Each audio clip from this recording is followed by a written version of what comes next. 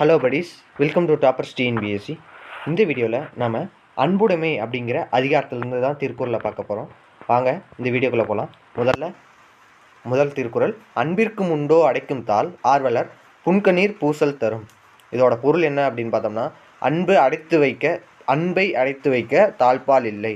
அன்புக்குரியவரின் துன்பத்தை பார்த்ததுமே நம்ம அன்பு கண்ணீராக வெளிப்பட்டு நிற்கும் அப்படின்னு சொல்லியிருக்காங்க.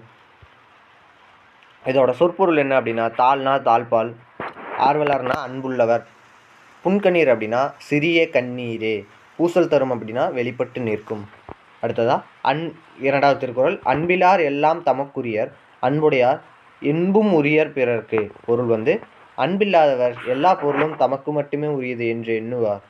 அன்புடையவரோ தம் உடல் பொருள் ஆவி ஆகிய அனைத்தும் பிறர்க்கென எண்ணிடுவார். சொற்பொருள் என்னன்னா, அன்பு இல்லார் அன்பு இல்லாதவர், அன்புடையார்னா அன்பு உள்ளவர், என்பும் அப்படின்னா எலும்பும்.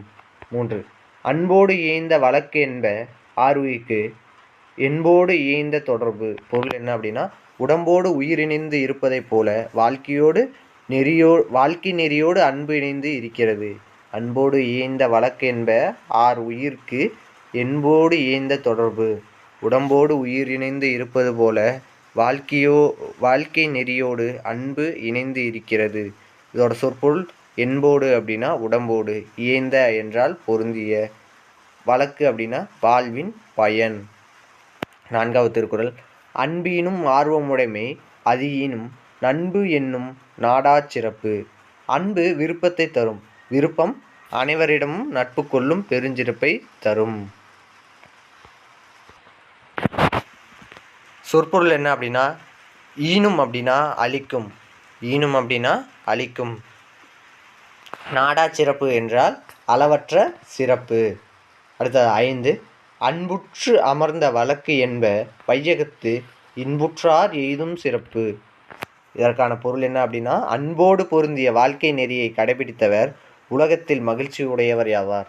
அன்புற்று அமர்ந்த வழக்கு என்ப வையகத்து இன்புற்றார் எய்தும் சிறப்பு. எய்தும் அப்படின்னா அடையும், அமர்ந்த என்றால் வாழ்ந்த, வழக்கு என்றால் வாழ்வின் பயன்.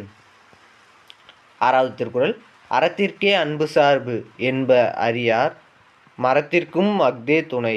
அறத்திற்கே அன்பு சார்பு என்ப அறியார் மரத்திற்கும் அஃதே துணை. பொருள், அன்பு அறத்தை மட்டும் சார்ந்தது என்று கூறுவோர் அறியாதவர், வீரத்திற்கும் அன்புதான் துணை. இதோட சொற்பொருள் என்ன அப்படின்னு பார்த்தோம்னா, அன்பு சார்பு என்றால் அன்பு துணையாகும், மரத்திற்கும் அப்படின்னு என்றால் வீரத்திற்கும். அடுத்ததா, என்பில் அதனை வெயில் போல காயுமே அன்பில் அதனை அறம். பொருள் என்ன அப்படின்னா, எலும்பில்லாத உயிர்களை வெயில் வருத்தி அழிப்பது போல அன்பில்லாத உயிர்களை அறம் வருத்தி அழிக்கும்.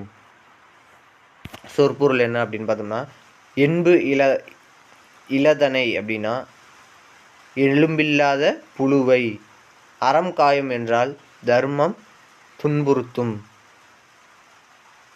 8வது திருக்குறள், அன்பகத்து இல்லா உயிர் வாழ்க்கை வன்பார்கண் வற்றல் மலம் தளிர்ந்தற்று. இதோட அணி என்ன அப்படின்னா, இல்பொருள் ஓமை அணி. அன்பகத்து இல்லா உயிர் வாழ்க்கை வன்பார்கண் வற்றல் மரம் தளிர்ந்தற்று. பொருள் பாலை நிலத்தில் உள்ள வாடிப்போன மலம் தளிர்க்காது, அதுபோல நெஞ்சில் அன்பு இல்லாதவர் மனிதர் வாழ்க்கை தளிர்க்காது. இது என்ன, இது இல்பொருள் ஓமை அணி அப்படின்னா,